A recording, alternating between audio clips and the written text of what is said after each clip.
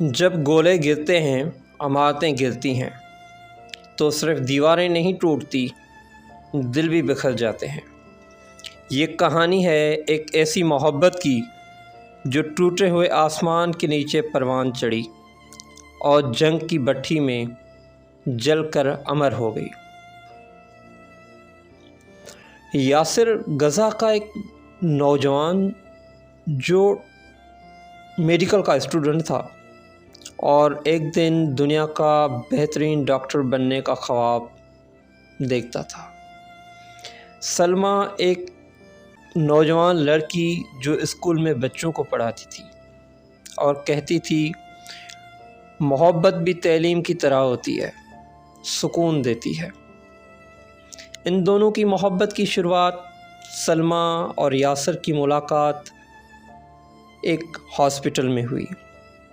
ایک دن سلمیٰ اپنے کزن کو لے کر آئی اور یاسر نے مفت میں علاج کیا۔ اسی دن سے خاموش محبت نے جنم لیا۔ روزانہ کی بات چیت، دھیرے دھیرے باتوں کا دل میں اتر جانا۔ محبت کا اظہار تب ہوا جب یاسر نے کہا سلمیٰ تمہاری مسکراہٹ جنگ کی سب سے پہلی مزاحمت ہے۔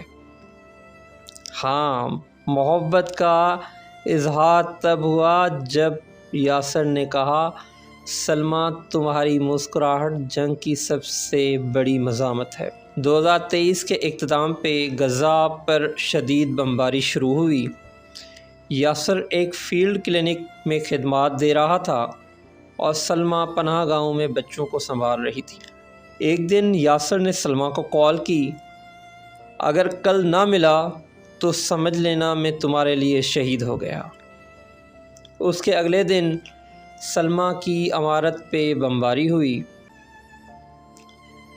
یاسر دیوانہ وار دوڑا، لیکن جب پہنچا تو دیواروں کے نیچے ایک رومال ملا جس پہ سلمیٰ نے لکھا تھا اگر محبت موت سے بڑی ہے تو میں کبھی نہیں مری۔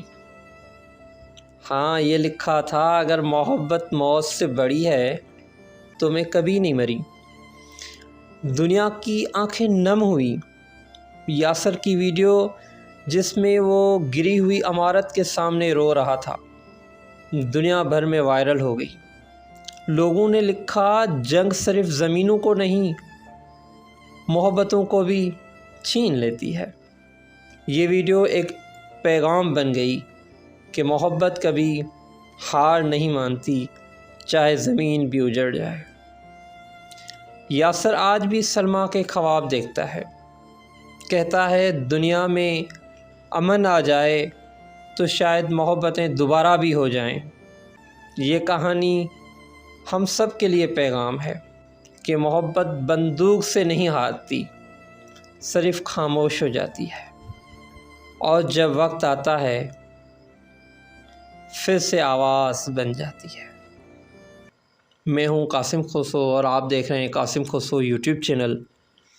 آپ کو ہماری یہ ویڈیو کیسی لگی کمنٹس باکس میں اپنی رائے ضرور دیجیے گا، اور ہمارا چینل سبسکرائب بھی کریں، بیل آئیکن پہ بھی کلک کریں تو ہم جو نیکسٹ ویڈیو اپلوڈ کریں تو اس کا نوٹیفیکیشن بآسانی آپ کو موصول ہو سکے۔ اپنا بہت سا خیال رکھیے گا۔ اللہ حافظ۔